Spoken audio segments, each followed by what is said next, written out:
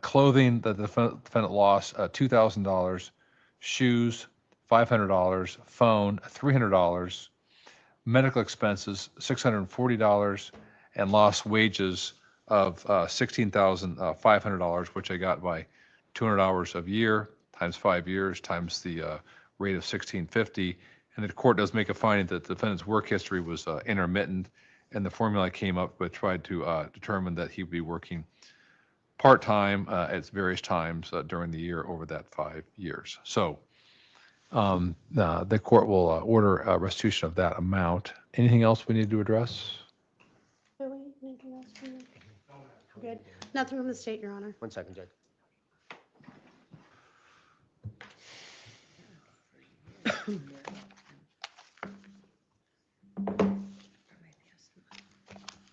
No, thank you, Judge. All right, with that, we're adjourned and you're all excused. Have a good day, everybody. Thank you, Your Honor. You as well.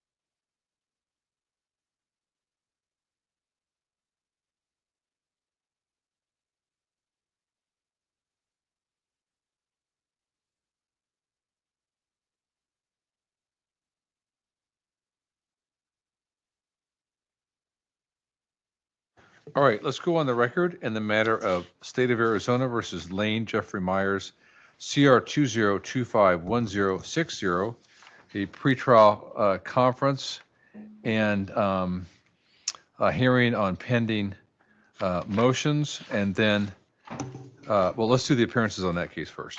Rachel Stiles for the state, and Your Honor, the victim is present. Okay? Is this the, okay, this is 106, which one is Yeah, the this? first case. Lane Myers for myself. Okay. Thank you. All right, and then in the second case, CR 20251450, status conference regarding trial date and pending motions, parties' appearances in that case. Rachel Stiles for the state, and the victim is present. William Harvey, Mr. Myers, he is present in custody. Okay, there are a bunch of motions pending. Yes, and we're actually here for one of them today on the request for a bond rehearing. So that one we actually did have this time set for. Okay, well, you want to address the other ones or not? Well, yes, we'll just have to set, I think we'll just be setting dates on them, but yes. Unless you want to hear him. I want to. Well, I mean, I think we have 2 hours here. Okay. Let's do it. Yeah, so let's, I just filed my reply like, an hour ago. got it. Okay, thank you. all right, so. First of all, and this is in case 20251454 as to the defendant's motion to exceed the page limits or extend the page limits. That was I for didn't file. 1060. That's my, because we joined orally. Oh, I'm sorry, yeah, I had it backwards. CR 20251, let me write it on here. 20251060, the motion to exceed page limit is granted. And that motion, I think it was a reply brief, Mr. Myers. Reply to the right? response, yes. Yes, so got we that, both okay. submitted a reply. What's that? I submitted a reply on my end and Mr. Myers submitted his own reply. Okay, For the 2 separate case numbers. all right. So then, and that had to do with the motion to dismiss Vagueness, overbroad. overbroad. Okay, That's the only one I wasn't sure if we need an evidence, but you're hearing on that or not, on any, if there's any disputed facts. Well, That's a so just a minute here. Depending on what's, yeah, their version of the facts. I know, that's dependent. But we can hash that out. Try, we'll see. Don't want to have too many things going at once, so we don't know exactly what we're doing. Not big.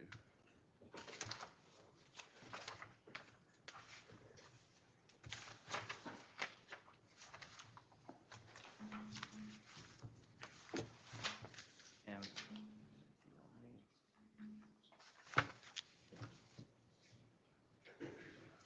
okay. So the motion to dismiss aggravated harassment counts on grounds of vagueness, overbreadth, and First Amendment is in the 1454 matter that Mr. Parvin filed. I read the response and the reply. And then, Mr. Myers, you joined in that, I take joined it. in at the last hearing where you were absent. Okay, Yes, and then so I filed my own reply to their response. okay, okay. So what I'd like to do to keep things, well, I'm going to start with Mr. Parvin making the argument. And then I want to hear from Ms. Stiles. And then if, I don't know that there's anything that you would add to that in the other case that would be unique to. He started it, you know what I mean? But I guess what I'm saying is in the case, the second case where, or excuse me, in the first case where you're representing yourself, I don't know that that there are any facts that are different than the first case. Different counts. Different counts, But but the same but harassment, yeah. the same legal argument, right? Okay. Most of it. All right, Different so, set of facts, 'cause Mr.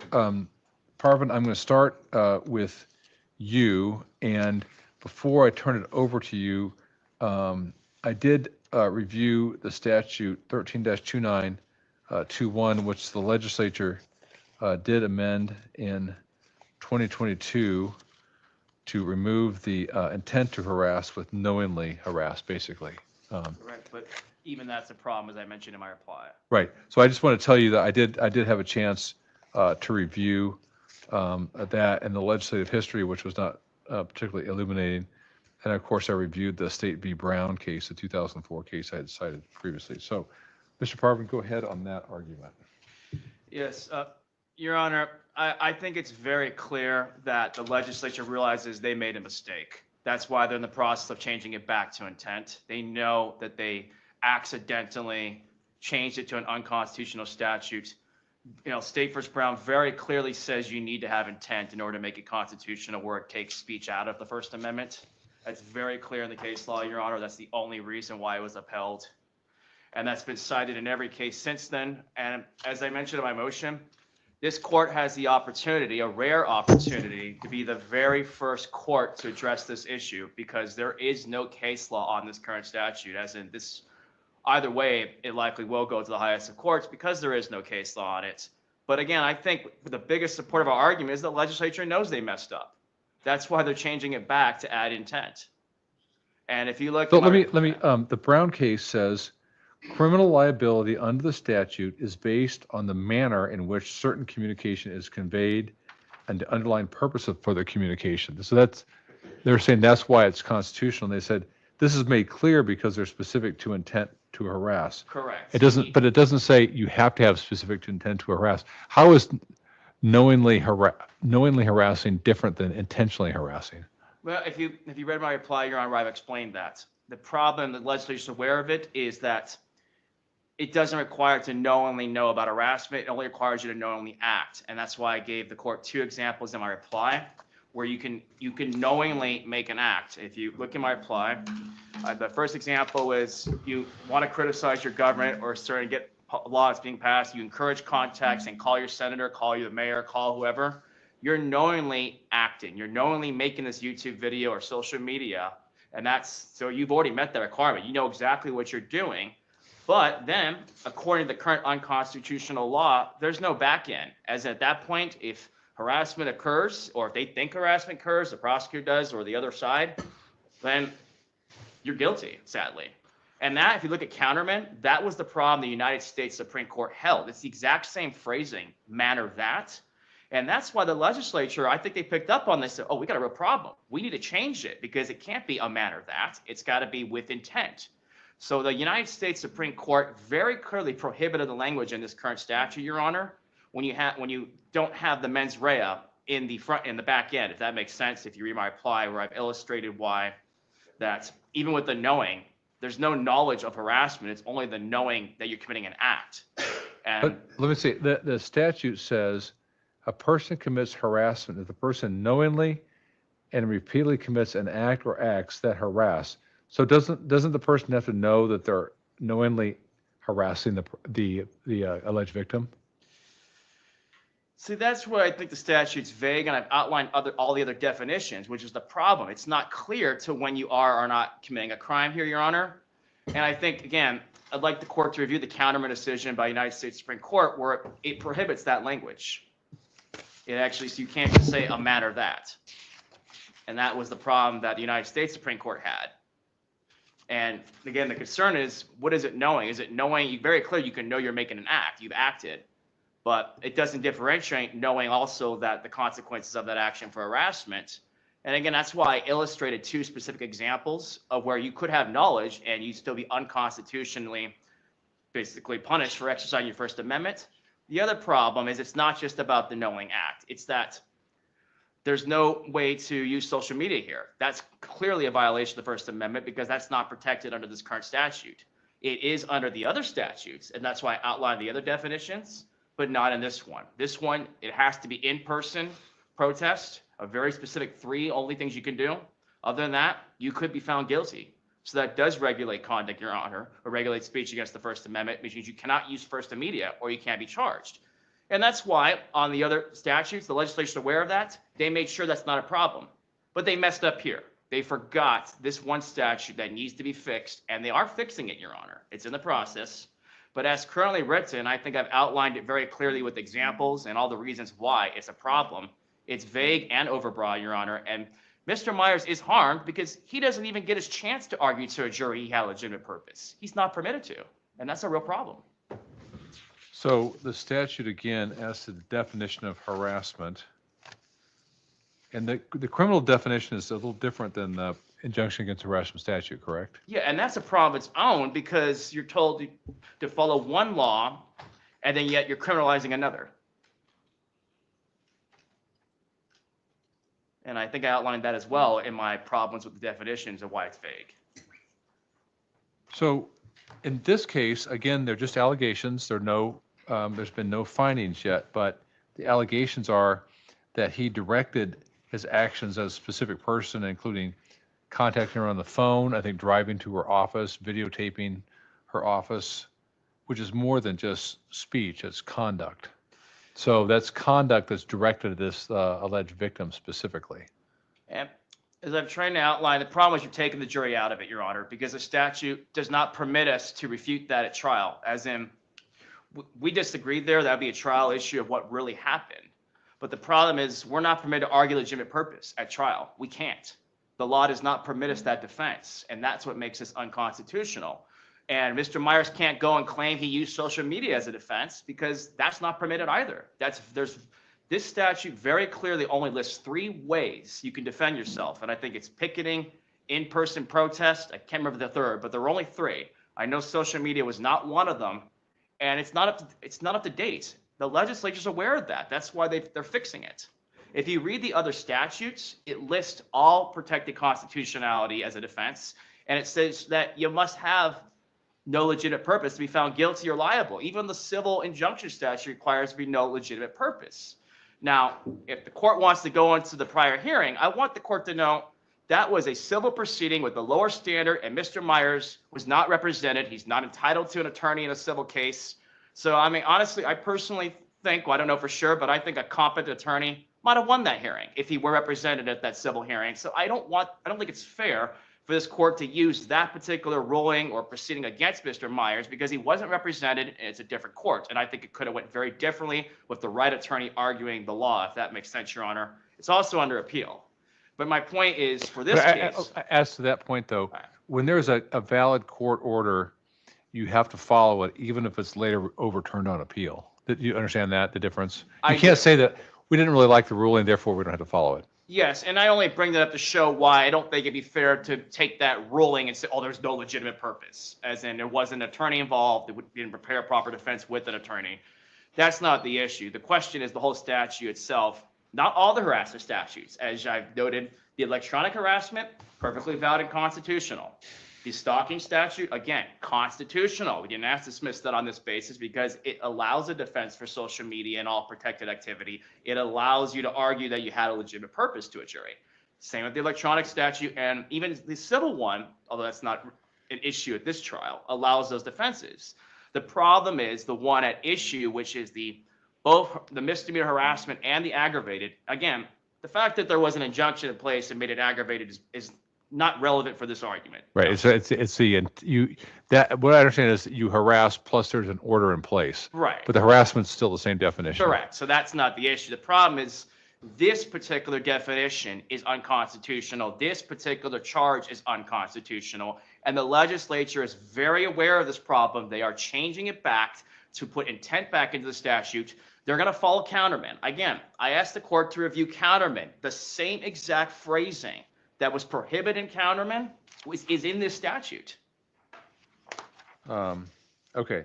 Mr. Myers, just very briefly, I think your lawyer in the new cases argued the issue well, but anything you want to add as to the first case where you were? I want to say something about the point you're making about knowing, direct conduct directed. Well, there are people you're allowed to direct conduct and speech at. It's called public employees with a loyalty oath, like Shannon Walker. She has a loyalty oath to uphold the Constitution. You can direct conduct and speech at politicians. You can direct conduct and speech at you. There are people you're allowed to direct conduct and speech at that the law does not provide an exception for because you can't say it was constitutionally protected. And that's why the new law is going to say you're allowed to direct conduct and speech at public officials to criticize them. Slow down. Remember, we have a court reporter. My bad. Okay. So like the whole, your whole, oh, there's conduct and speech. Yeah, there are people that you're allowed to direct conduct and speech at legally. But that's the problem with the current law is I can't say, oh, well, yeah, I directed conduct in that speech at that public employee in the course of their public duties and I criticized them. That's why the new law is going to add that in also. That's what the problem is you're making it seem like you can never direct conduct. And I didn't direct conduct, but that's a different thing. But the point is that the law doesn't say, oh, well, except for the people you can direct conduct and speech at. Mr. Meyer, let me ask you a question. Let's say that you don't like your property tax assessment and you want to contact the assessor's office, what if you continually called them auto dial all day long so that all their phones were blocked up? Yeah, that's been You- ruled you- on. You think that you can do that? Yes, that's been ruled on. They have to just put your number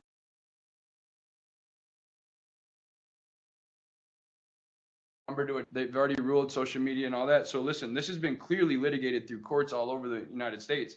You can call every day, all day, and all they can do, they can't even block your number. They just have to send it. And I know for a fact that that's happened here because I've called and tried to do stuff, not repeatedly on auto dial. I don't even know what that is, but you know, the public employees cannot block your communications. They can send them to, they can, like, I could email Shannon Walker 500 times a day and all she could do is send it to a spam. She cannot block me from contacting, and that's been ruled on all the way from the lowest courts to the highest court, Supreme Court. And your example is a perfectly reason why the statute is overbroad, because you just gave an example of perfectly legal behavior that you're questioning whether that's legal or not. Well, that's clearly been litigated all through the courts. There's people that call their politician from the time they wake up to the time they go to sleep because they can. The people can't block their communication. You can't charge them for it. You can just send it to a number that rings. And I mean, I know for a fact I'm on that number at the Pima County Attorney's Office. You know, they send my stuff to send my calls to, you know, some dead voicemail that just, oh yeah. And this has been litigated many times. Twitter, you can tweet at them. The point of the law is supposed to make an exception for First Amendment protected activity. Otherwise, you're saying that you could contact a politician and get in trouble. You can't though, because it's clearly First Amendment protected activity, and that's why they're changing it, because this is such a gray area that I have 486 videos criticizing public officials, calling them repeatedly, calling them again, but just so happens I'm only charged for one of those people, including 10 judges in this court. I've called their JA all day. Hey, you know, I literally have called Judge Liskey's JA 50 times and talked to her. And she said, you know, hey, and then she answers, talks to me. You can't regulate First Amendment activity by calling it harassment. And that's what this is doing here. Yeah, I know I'm contacting a politician. I know I'm exercising my First Amendment right.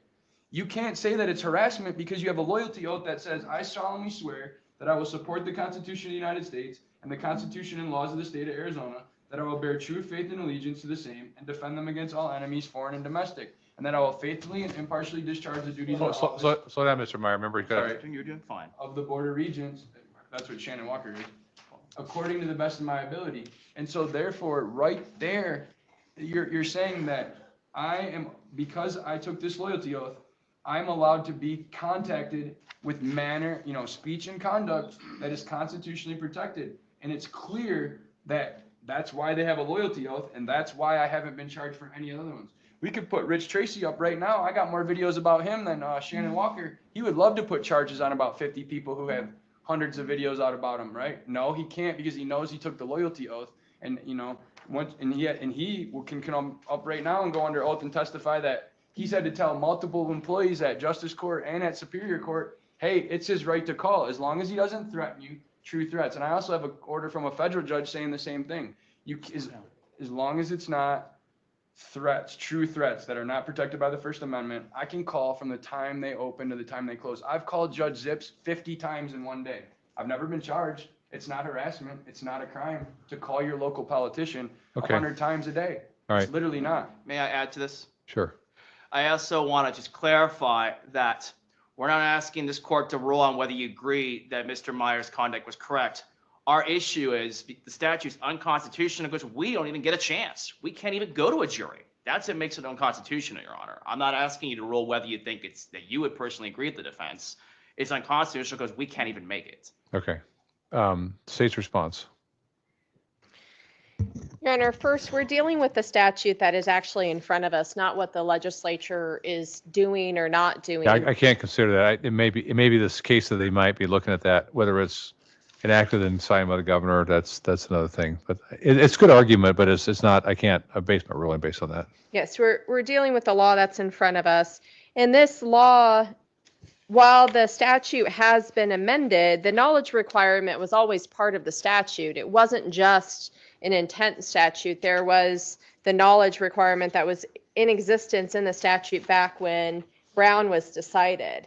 And so that's always been a part of this. But what the court has said is that the statute is constitutional. It's talking about what happens across the country doesn't matter again, because we're dealing with what the law is here in Arizona. And the law in Arizona, it's regulating conduct, which may include a blend of speech and conduct, as the case law talked about, but it's still conduct. And what that has said is it's looking at criminal liability based on the manner in which certain communication is conveyed and the underlying purpose for the communication. So the purpose is built into that, of looking at that. And there's also, it has to be directed at a specific person. And then there's also a reasonable person standard. So it's not just, that the victim in this case, whether she's, been harassed by it, but it would also apply the reasonable person standard, which is how they get around and find that this is a constitutional statute.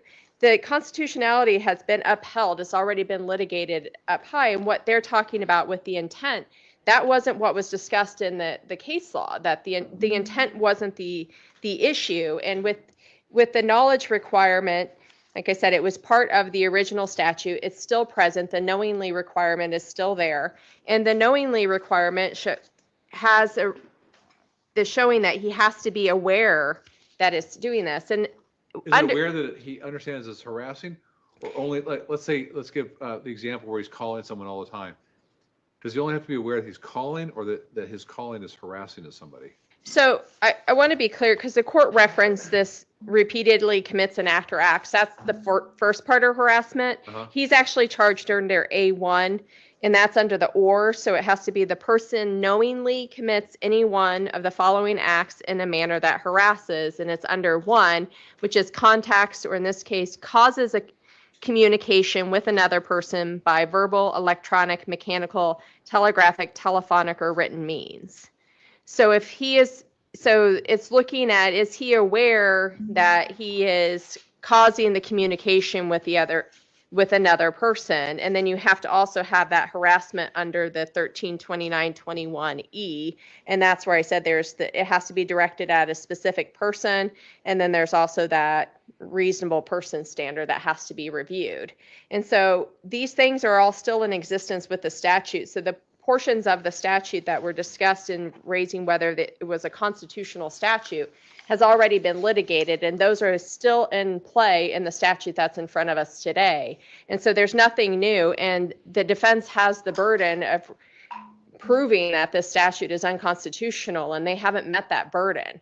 It sounds like his argument is, it's being dealt with at the legislature and wanting to talk about what they are or are not intending and what they're doing, but that's not what's in front of us. And so What if a person is just very self-aware that their conduct is very offensive to another person, but they're not intended to be that, just that they have very poor social skills, that they can't communicate effectively with other people? Would that still be violative of the statute? Well, then I think you would have a problem with the knowingly. Then we would have difficulty proving that because they know that they're calling. They just don't understand that their calling is bothering the other person. He has to be aware that he's committing an act that's in a manner that harasses and causing that communication. Okay, that was my question. Is it just knowledge of calling, or that the calling is seriously alarming to the other person and to a reasonable person? Does he have to have some awareness that what he's doing is offensive to the other person? Well, he has to be aware that he's committing one of the acts in a manner that harasses. So it goes to both portions. It's not knowingly just committing an act. It has to be an act in a manner that harasses. And the manner that harasses has to be directed at a specific person, and it would cause a reasonable person. So that knowingly goes to that portion as well.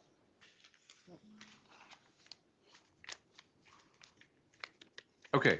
And what about the argument that Mr. Parvin makes that there's no affirmative defense of legitimate purpose, which I believe there is in the civil harassment statute? So again, what if the person's believing that they're calling an elected official to complain about some public policy matter, and they say, well, I didn't intend to harass, I have a right to call.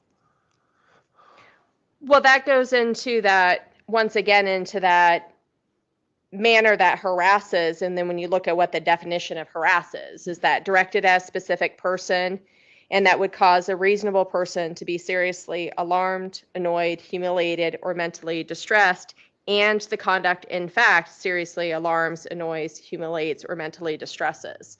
So that's where the fact that it also goes to the reasonable person standard keeps it so you've got both the subjective and the objective standard. So the subjective is directed at the specific victim in this case. So if you just have a victim who's particularly sensitive, that's where the objective standard of the reasonable person would come into play.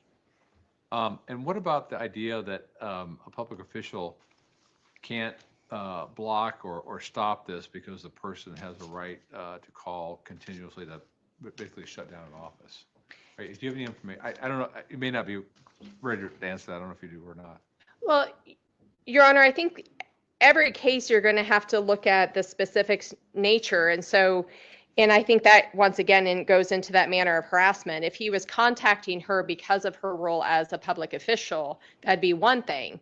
And then you get into that's when you start getting into more of a speech thing, when he's contacting because of their role as a public official. That's not the circumstance we have in this case, and you have to look at the specific facts of the case. In this case, he's not contacting the victim because of what her position is when she was an employee at the University of Arizona. He's contacting her because of what the position was of her spouse.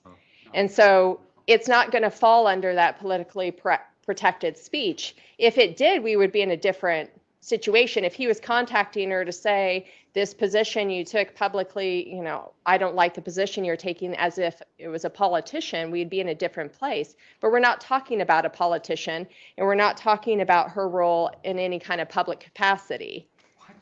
And under the defense's thing is that basically they could call anybody who works for any government in any position, and just whether it's a janitor. And hold on a minute. Mr. Myers, I did hear all your argument. She has the floor now, so I don't want you to interrupt her, okay? I know it's upsetting to you. No, because this is her argument.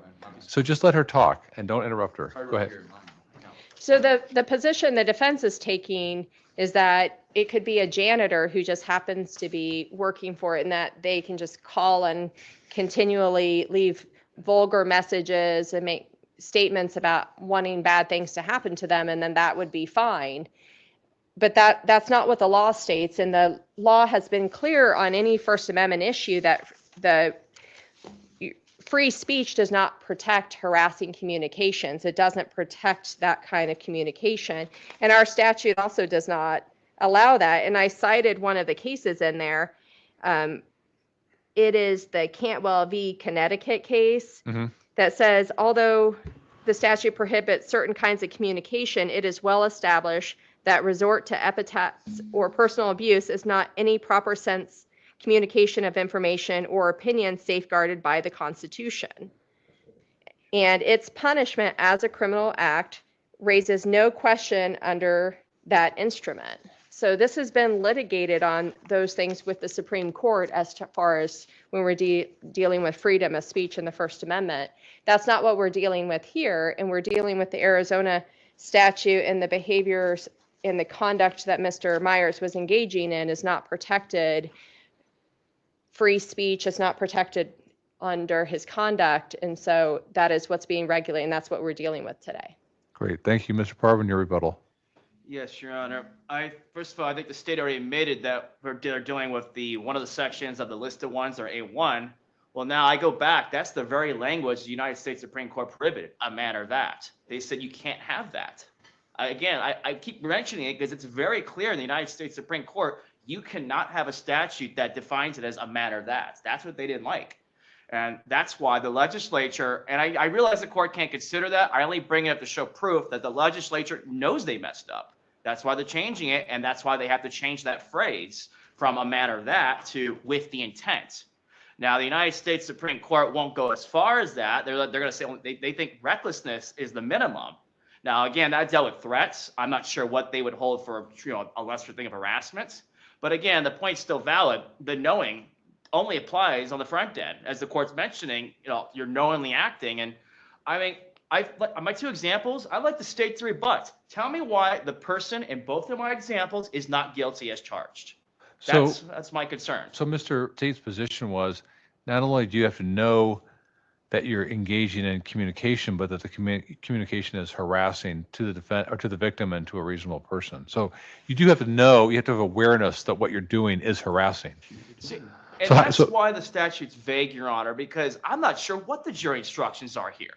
Are we going to just guess and hope that I want mine to stay? Oh, no, that's not what it says. I think that's the problem, is unlike the other statutes where it very clearly says you have an affirmative defense for legitimate purpose, you very clearly can defend yourself and saying you had constitutionally protected speech, whether it's social media, in-person picketing, anything is involved. In this one, I'm going to be guessing. I can say what I'd like the law to be, but the state's going to object, saying that's not what the statute says. You don't get that jury instruction.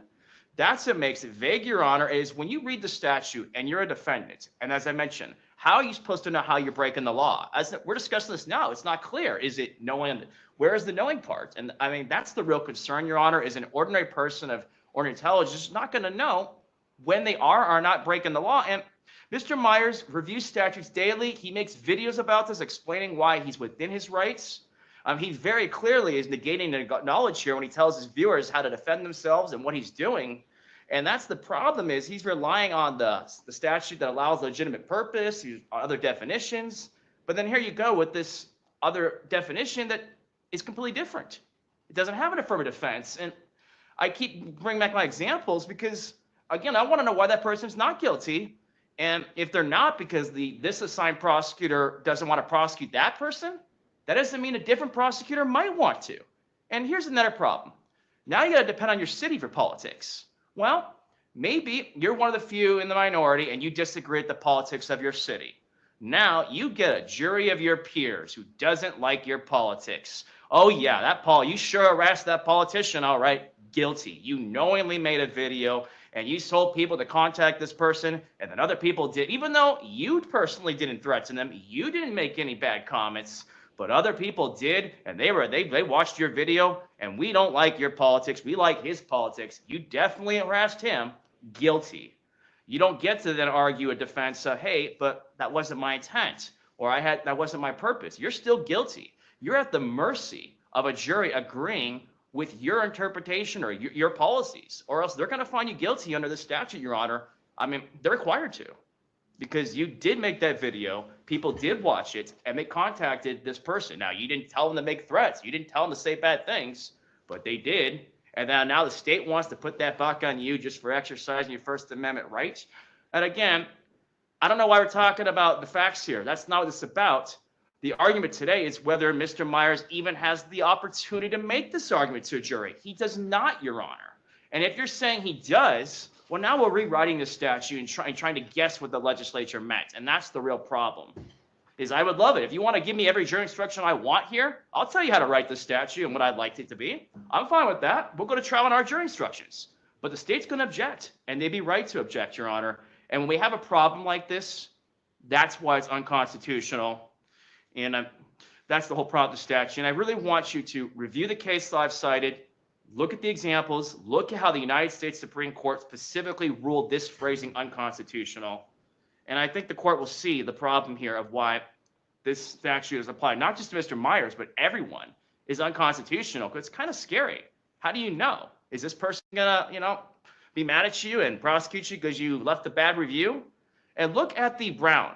This is what I have a problem with. The state keeps saying that Brown ruled the statute constitutional based on the manner that or conduct, but that's not what Brown ruled. In fact, one of the rebuttals, it must have been a very good defense attorney to bring this up, said, we have some concerns.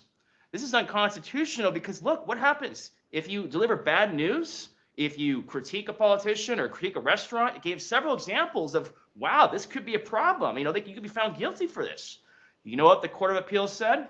They said, no, That's not going to happen because the jury has to prove that you specifically intended to harass. They ruled it a non-issue. They declined the defense's rebuttal because they said it's not an issue. And then they even quoted other similar statutes that also require specific intent. That's all that's needed. I mean, the rest of it may still have problems, but when you can go to a jury and argue, hey, this was not my intent. I had no intent to harass. Here's what I actually wanted to do. I wanted to protect children, as I mentioned in my example, or I wanted to get this law changed and represent the minority. Then, even though you potentially did cause communications and maybe other people harass this person, the jury can find you not guilty because they understand your argument that you have protected speech. You did not have intent. That solves the problem.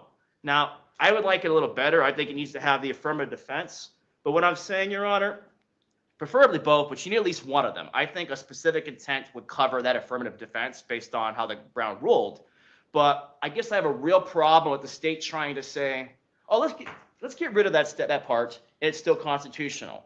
Because you don't know how the Court of Appeals are ruled, because that statute wasn't before them. Again, this is the first opportunity for a court to rule on the constitutionality of this current statute. And I have a real problem with the state arguing that we get to just say, oh, use this parts, when that court did not have the full knowledge because they didn't know what this statute was. Does that make sense, Your Honor? Yes. Okay, thank you. And Mr. Myers, if you want to Mr. add. Myers, you don't need to repeat. I know. I just, Go ahead. because we keep talking about Brown, right? Well, that was a case in this court. Okay, Brown, State versus Brown was a case in this court, and then it got appealed. So I feel like, I've read Judge Dawley. I read Judge Dawley's and this Court of Appeals, and that's what I'm trying to say here is I feel like they're intentionally obfuscating around, beating around the bush, for lack of a better term, because here's exactly what Judge Dawley said. The real question is whether the state has passed a law that has a legitimate purpose that is Slow down. that is sufficiently narrow and that doesn't just arbitrarily and over broadly interfere with community. He denied Brown's, okay? Brown made this argument in the trial court, and this is what Judge Dawley reasoned when he denied the motion, okay, in trial court, before we get to the appeal court thing. The real question is whether the state has passed a law that has a legitimate purpose that is sufficiently narrow and that doesn't just arbitrarily or over broadly interfere with communication and a person's right to speech. The next question is, can I interpret it in a way that it will be constitutional? And the fact that the statute specifically requires an intent that the person is harassing is not sufficient to prove the contact was made or speech was made. The state has to prove the specific intent that the person is harassing in the process.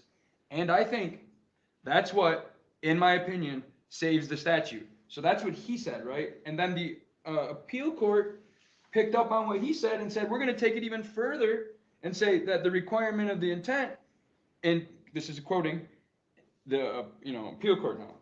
And D, interpreting the statutory language to permit prosecution for constitutionally protected activities would require the state and the courts to expand the statute's reach considerably beyond what the legislator intended. Accordingly, any misuse of the statute, like we're happening here, if such occurs, can be addressed and cured through case-by-case analysis of specific facts. That's why they upheld it.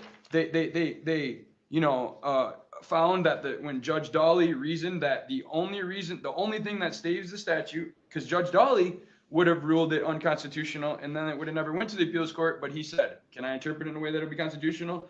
And I think that the state has to prove intent, his quote word for word, I think that's what, in my opinion, saves the statute. That's gone now. That intent is gone. So if Judge Dawley had this before him, he would say, well, it doesn't say intent. So that literally is his word for words. He asked, can he interpret it in a way that can be constitutional? And he determined only because of the word intent. And then the appeal court upheld his ruling because, yeah, he found that because of the word intent, then we can say, well, he clearly had an intent. Well, we can't do that now. And like you said, you can call public. They're trying to get into the facts.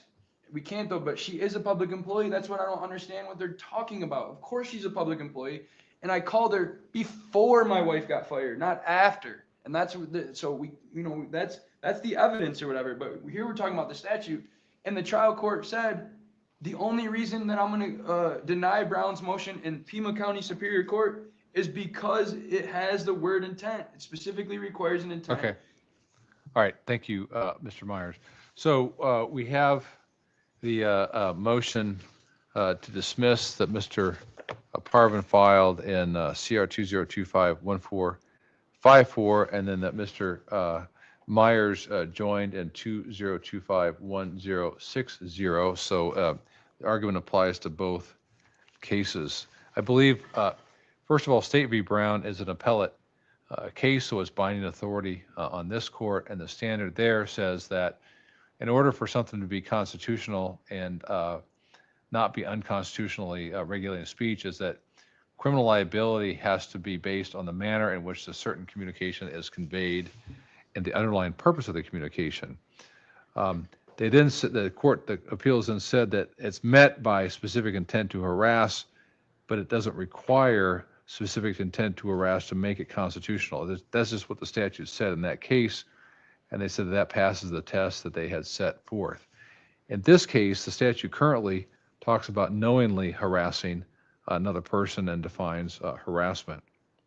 So I'm going to deny the motion to dismiss, because I think the knowingly harassing is sufficient to address which type of conduct is unlawful under the statute. Don't interrupt me.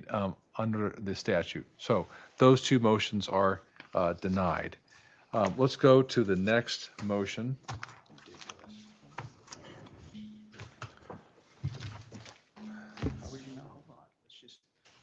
So there are two motions. Can we take a brief 5-minute just so I can calm Mr. Myers down? I'm just saying, but how would somebody know Okay, they're harassing? so, They don't tell them okay, they're harassing? Mr. Myers, I've made my ruling. If you don't like it, No, it's remember, fine. hold That's why I on. was whispering to him. Hold on. If you don't like my ruling, you always have a right of appeal, okay? So that's just my ruling. Let's go on to the next case. So Mr. Parvin in CR 2025-1454 has filed two motions with respect to the multiplicious indictment. One says a stalking count, and then I think the other one is as to the other count. So Mr. Parvin, why don't you argue those next? Yeah, so, Your Honor, and Unless you don't want to do those today? Or we're gonna do them. It's just my concern is I want Mr. Myers to get the same problem in the other motion about so many different charges for the same thing. It applies to his case too. That's my only concern. you want me to find that he's joined in those motions? Please. Yes, at least Okay. only one of them. Yeah, that. You don't have any objection to that, do you? No. All right, so I'll find that the motions that Mr. Parvin's filed, one is motion to dismiss count 6, stalking, already multiplicious as to charged offenses in the earlier case, and the motion to dismiss the multiplicious harassment counts also apply to CR 2025-1060. Mr. Meyer joins in these two motions without objection. Okay, go ahead, Mr. Parvin. Well, in this case, it's one series of conduct for everything, as I think the court has heard that this is a question of whether this is legal or not to protect its speech. It's not fair for the state in this particular case, because it's one course of conduct, to charge it 20 different times or whatever they did just to try to prejudice a jury into getting more convictions or saying it's a bigger issue than it was. Obviously, and again, I'm not sure what we're going to do for jury instructions now. It's going to be a problem because of this we already talked about, but either the speech is protected and he had a legitimate purpose or he didn't.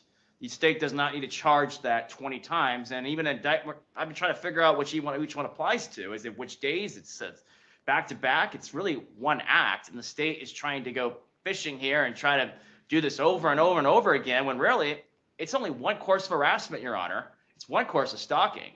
And at least the reason I brought it up is, in the first case, they charge a bunch of harassments, only one stalking. They acknowledge it's one course of conduct, and some of them even a couple months apart. Yet somehow, all of a sudden, only like 13 or 14 days, whatever, I think it was 19 days, that he stopped. So they're saying he didn't stop, even though there was a break. But that's one course of conduct. But yet somehow he stopped and started again 19 days later. The state, that's my problem. Mr. Parvin, let me ask this. Yeah. So the state charges several acts of harassment. They got an indictment. And then after the indictment was returned, they allege new acts happened. So how are you saying that he has immunity as to those new acts because they happened after the indictment?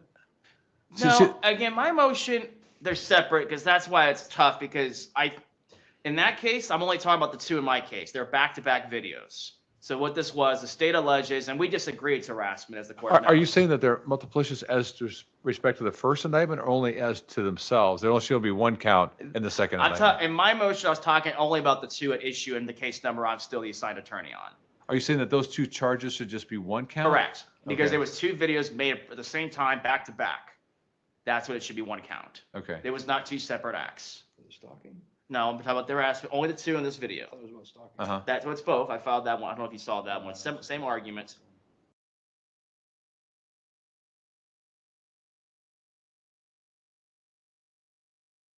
State magically thinks that even though they said, a couple months in advance, it's one course of conduct, that all of a sudden he stopped for 13 or 19 days and then started again. That makes zero sense, Your Honor. That is the same course of conduct. There shouldn't be two separate stalking counts there. And that's why the definition of stalking is a course of conduct. You need more than one act. And that's the other problem, is that as far as the two harassments back to back on this case number, you need more than one act. So I would agree the state could charge it as harassment, but for the two together, not just the one. So that's why it's, So again, remind me, in your case, there's one stalking count, right? there's one stalking, but I'm arguing it was an unnecessary indictment because it's already covered from the current ongoing alleged stalking. Right. But it's acts that happened after the indictment of the first case. So how do the state address that? It's Good. not acts that happened, it's ongoing conduct that hasn't stopped. Would it, well, would The it state be? would amend what the state would do is, again, we just disputed stalking. We dispute that. We're not saying it's not. In fact, Right. I forgot to bring it out. I'll bring it up later. We'd like an extension on any rematch for grand juries. We're still looking in that because these motions, so many motions here. That'd be part of that argument. But the point is that this is one course of conduct that hasn't stopped, which is why the state should then be amended. If they want to include up to today, they should amend the first stalking, and we'd have no objection to that, to include ongoing conduct. Because either it's illegal or it's not. It hasn't stopped. That's the problem. Whereas the state wants to say, no, he acknowledged this was wrong and stopped doing it, and then he felt like doing it again a second time. That's what they want to tell the jury.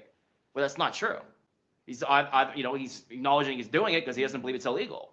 That's one course of conduct. It's not two separate criminal acts. Okay.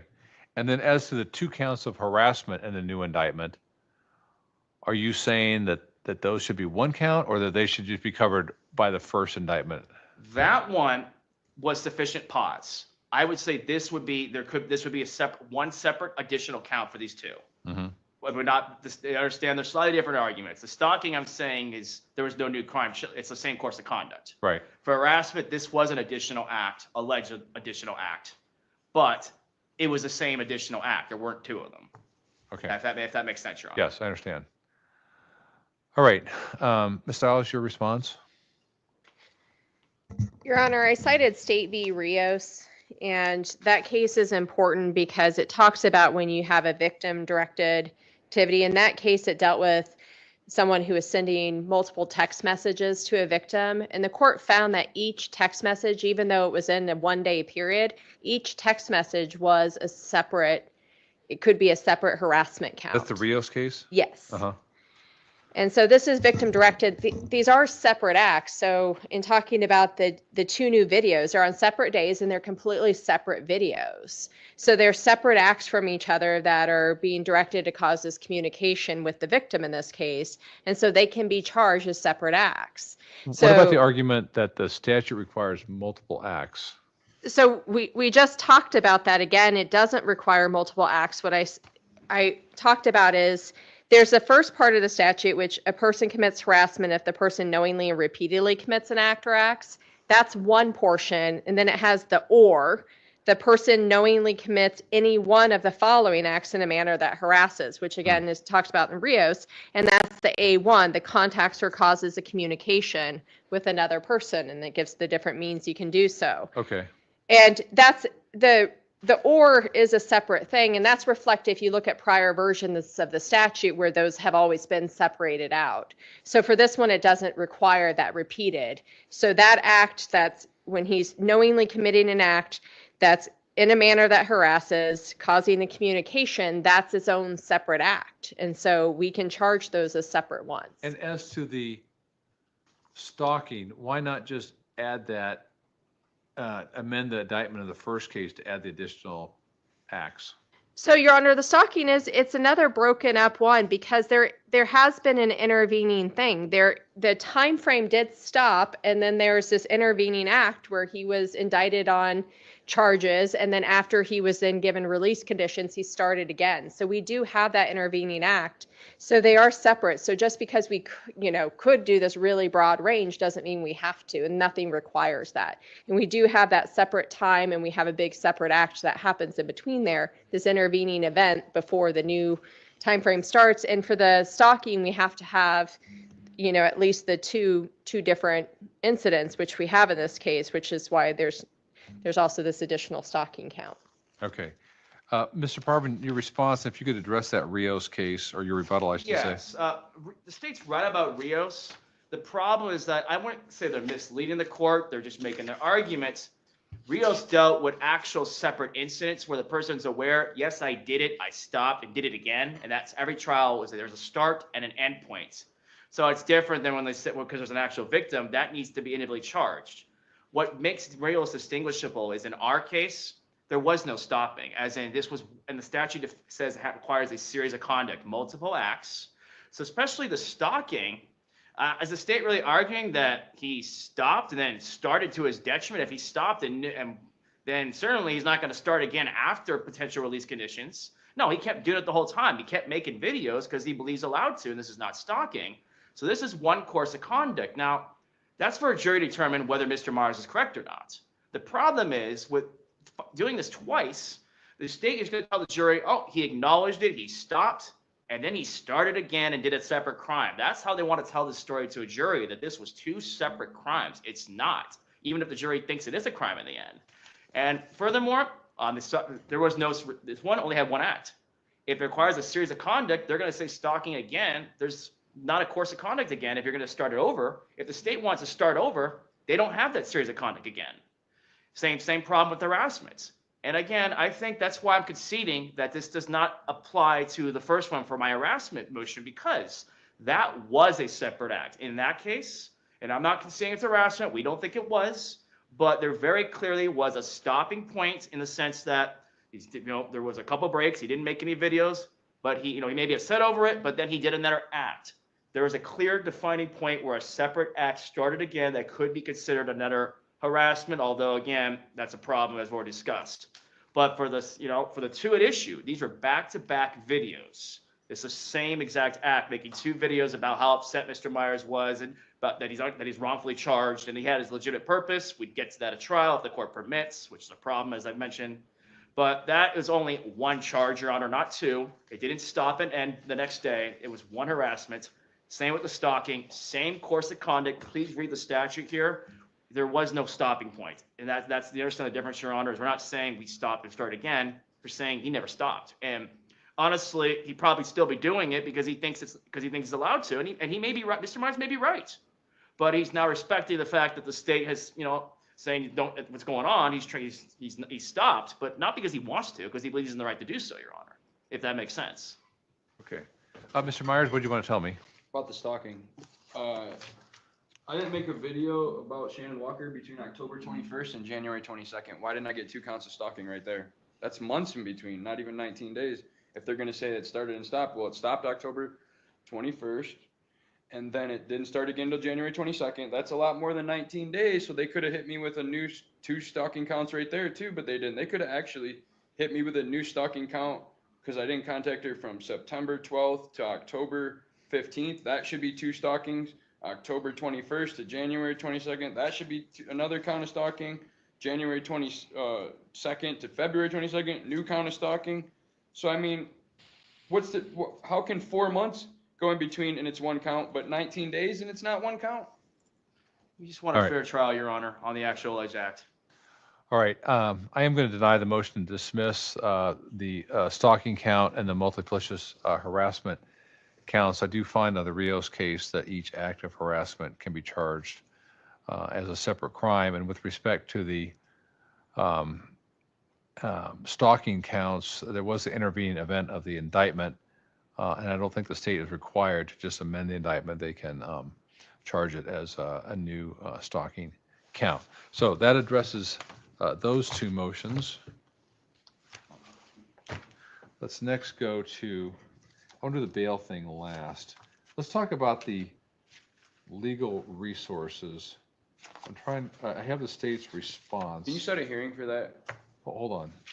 I want to, It's a notice, not a hearing or a motion. all right. I don't feel it's fair without bringing the people involved in and putting them under oath.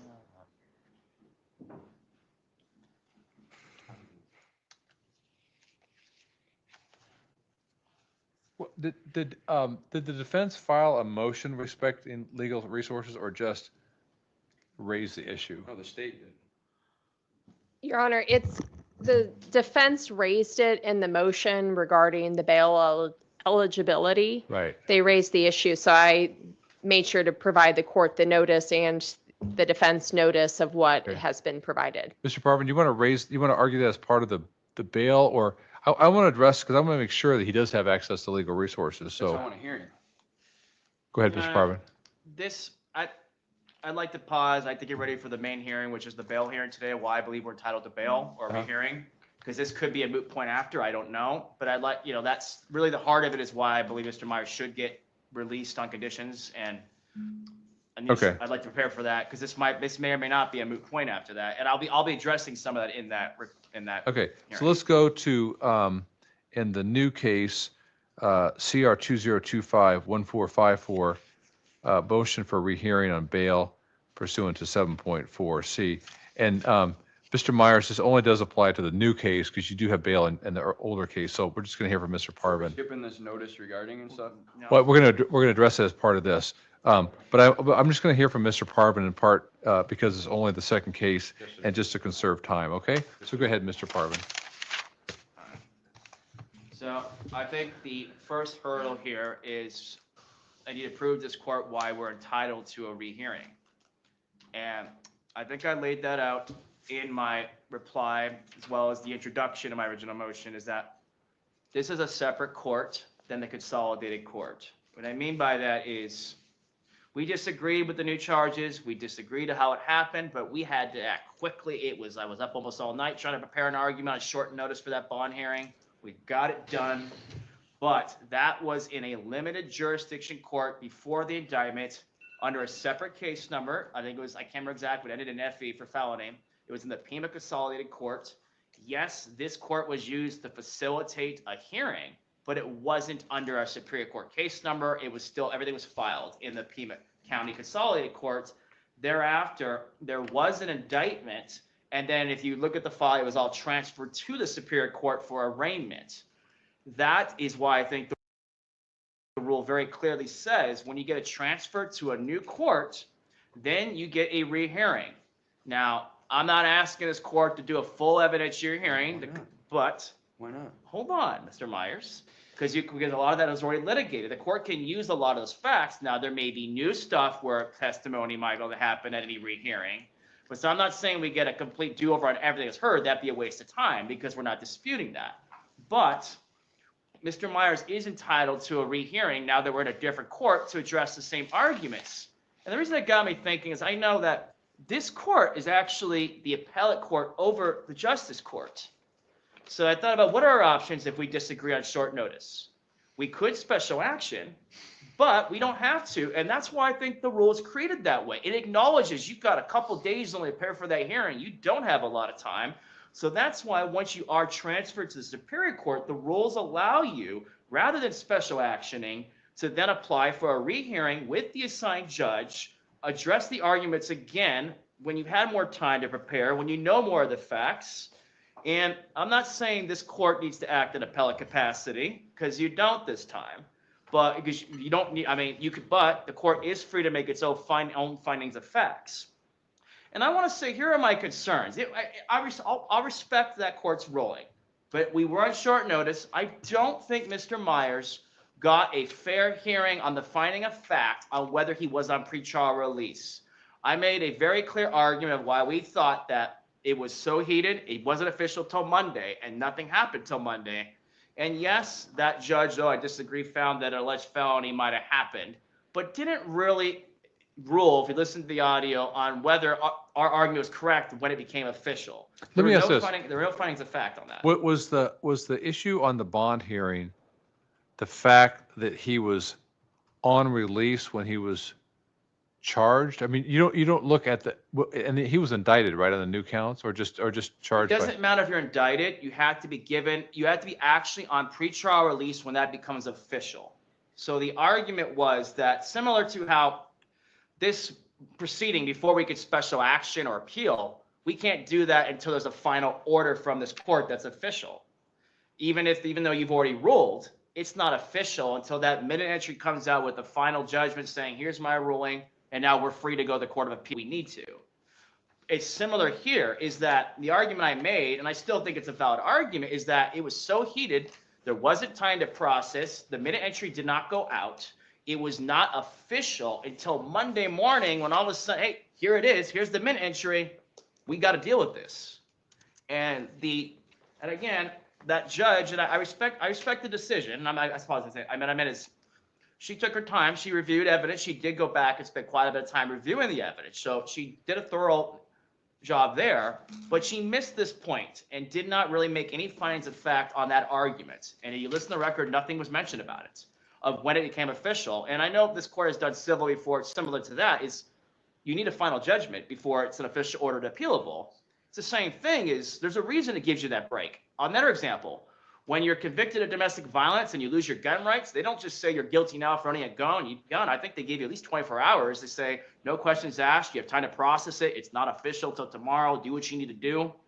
It's no different here. There has to be a cooling off, unwinding, processing. You have to see in writing in that minute entry that these are the terms. It's official, because the law gives you that. You need time to process. You heard how Mr. Myers is upset. I'm not saying the court was incorrect necessarily at this point, but yet what I'm saying, you need time to process that. That's what it gives you. You're upset about the hearing. Things are going to happen. And then the minute entry comes in, you read it, you got to deal with it, and then it's official. And let me ask, in the original, he was indicted. Was he summoned on the indictment? The indictment was the first thing, right? Correct. But it's not, again, the way the law defines pretrial release, it's when it's official. So he appeared for arraignment. He voluntarily showed up, right, on the summons? Yes. And then the judge holding the arraignment released him on conditions of pretrial services, right? At the hearing? It was heated. There were a lot of things said. I don't know if they were necessarily understood because of how there were security here. There were people that didn't like Mr. Myers. They had to protect Mr. Myers from these people. I don't think it was necessarily official with the terms until the minute entry came in. You could see it in writing. That was the issue. And typically, when you have, at least in this court, when you have release conditions, there's a form that's filled out and given to the defendant at the hearing. Did that not happen? Yeah, that would have They took been. me out, so that they made me go out first, so then the victim could come after me. And that was like, I had counsel, so I'm assuming it would have went to him. So are you saying, Mr. Parvin, that he didn't get a copy of the release conditions? Saying that part may not have been addressed. I know I immediately talked to him on Monday morning about this, and it stopped. That was the whole argument, is the conduct did stop right away after Monday, and we said, hey, what you doing? There's a minute entry here. I think that may have been a disputed fact. And again, that wasn't addressed last time. Mr. Myers didn't testify. I want a hearing.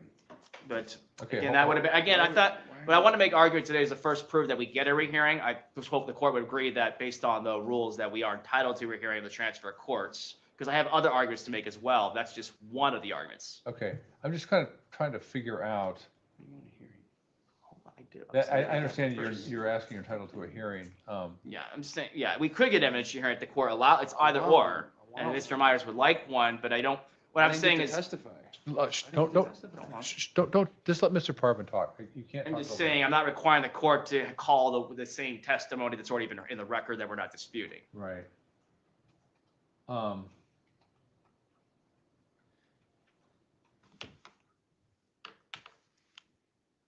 just want to see if I can find it here while we're talking. But the court agrees that the court could review it again based on the change of courts. I just want to clarify that we could get that. Yeah, I'll talk about that. But appearance order with release conditions it's a form that, let's see what was dated. March 14th, which I assume was the date of the arraignment. So, It's, okay, well, because I think that goes back, Mr. Parvin, to under the rule 7.4C, if a motion alleges the existence of material facts not previously presented to the court, or the defendant is unable to, well, it's not previously presented to the court. What your argument is to get a new hearing, you have to show that there are material facts that were not previously presented. No, oh, it's an or, oh, no. no, that's right, let me talk. It's actually, as I mentioned, it's an or, as in we disagree with that judge's decision, so we could special action, but I read the rules. We don't need to, like, we're alleging new facts, and we'll get into that. But I'm saying just before we even get to the new facts, it's a two-part statute. It says, if you transfer courts, you automatically get the hearing, even to get a different opinion from the newly assigned judge to make new findings of facts. Or if, let's say this court rules today and doesn't agree with us, well, if we present additional facts, then even in the same court, we could request a hearing again with those additional facts. It's an or. So when you transfer courts, you get a rehearing just because you transfer courts. But And it then says, oh, hold on, it says, if the case is transferred to a different court, if the motion alleges the existence of material facts not previously presented. Comma. So typically, Mr. Parvin, as you know, we hear these all the time, and the argument is the defendant has a place to live, or the bond's excessive, or he wants to go to drug court, or some type of drug treatment. There's usually some allegation that No, it a says new if fact has the court arisen. In the case law, it says it. Oh, all right, Mr. Myers, I just want to hear from Mr. Parvin, okay? Yeah, because this is unusual. That's when there actually is a bail and release conditions already about a question of what they should be. In this case, we're disputing whether Mr. Myers was bail eligible to begin with. We think he should have been. So that's why we're taking advantage of the first part of the rule, that we would get a rehearing similar to an appeal, although not really, because this court is not an appellate capacity, just a different court. It's a rehearing. A rehearing, and that's why I'm making the same arguments that I don't think were fully addressed by the prior tribunal on when the release conditions became official. And again, Mr. Myers now tells me that he didn't get that pay. I didn't know, there was, again, we had to work so fast, but that would be an additional fact alleged that he'd like to testify about as of whether he actually did receive that paper that day or not. I could tell the court, I immediately, before he talked to my Monday morning about it, I got the manager insurance that, this is official. That I could tell the court, that we did have a conversation on that Monday. It might not have been Monday morning, but it was on Monday about it. Okay. But as far as Friday night, Friday, it was heated, and we kind of just, or at least I did, took a break from the case for a couple of days in that sense, if that makes sense, Your Honor. And then the order came, for the Monday. But again, I have other arguments too. This is just one of the reasons. You want a hearing, right? Right. Yes. We just want a hearing on the issue. All right, Ms. Stiles, we typically grant a new hearing on reviewing of conditions. I mean, we do that all the time. Not in these cases, Your Honor. So what's the difference between a judge at the beginning of the process granting, setting bail as $10,000, and then they come up and say, well, he's got a place to live, he can live with his mom, blah, blah, blah. Please reduce that to $500 or whatever. How's that different than this? Because then you're talking about offenses that are eligible for bail as a matter of right. This one is not. This one, based on the Constitution in Arizona, is not eligible for bail. And that's been built into the rule. So you have the Constitution, which is the Article 2, Section 22, that says it's not eligible for bail. And then you have the rule that also... And it's not eligible because he was on release and then committed a new offense. And Allegedly. Yeah, I mean, allegedly. But when I think it was Judge Miller did the bond hearing, correct? Correct. When she heard that, was the question only, was he charged in the new offense, or you have to put on evidence that he committed the new offense? So, Your Honor, we did everything in the case. So when the state alleges that somebody has committed a new felony while on felony release and is seeking to hold them without bond, the state is required to put on the evidence and have the hearing to show that proof evident presumption great that they committed a new felony offense while on felony release. And that happened in this case. So the documents that the judge was... So the detective testified at that hearing. Correct. And did kind of a summary like you do before grand jury. Yeah, so the detective came in and testified, and we had the exhibits. So in this case, there were videos. And so those were presented to the court. The defense had the opportunity to cross-examine the detective, and that occurred. Mr. Myers had the opportunity to testify if he wanted to, and so he was advised that he had the right to testify if he wanted to, and he chose not to. And that was all done. And then we had certified copies to show that Mr. Myers was on felony release at the time, and so those were also considered by the court. And as the court just noted, it was the March 14th date. So Mr. Myers was present for his arraignment when the release conditions were set. They were done both orally, where the court advised him of his release conditions, and that was a pretty lengthy process of the court addressing that. And then he also had it was all ordered as well in the documents. So that all took place, as well as the testimony, and the court on the no bond hearing, after hearing all of the evidence, made the determination that the state met the standard of proof evident presumption great and found that he was on felony release at the time. And so he was held without bond. So the defense is arguing that he's entitled to this reexamination, but that's not what the rule says. It says may. Hold on. But what that rule also says is that under it, it talks about that the court must hold him when that standard is met. And so he is not entitled to just keep coming back because he doesn't like what the judge previously determined. There's nothing that would warrant this case revisiting that issue when the hearing has already been held on that. It's not like he waived it before or something. We actually had the full hearing on it. Okay. And may I respond? Yeah, hold, just a minute. Before I do that, I want to pull up the indictment on the new case, just so I have the dates clear in my mind. Hold on just a minute.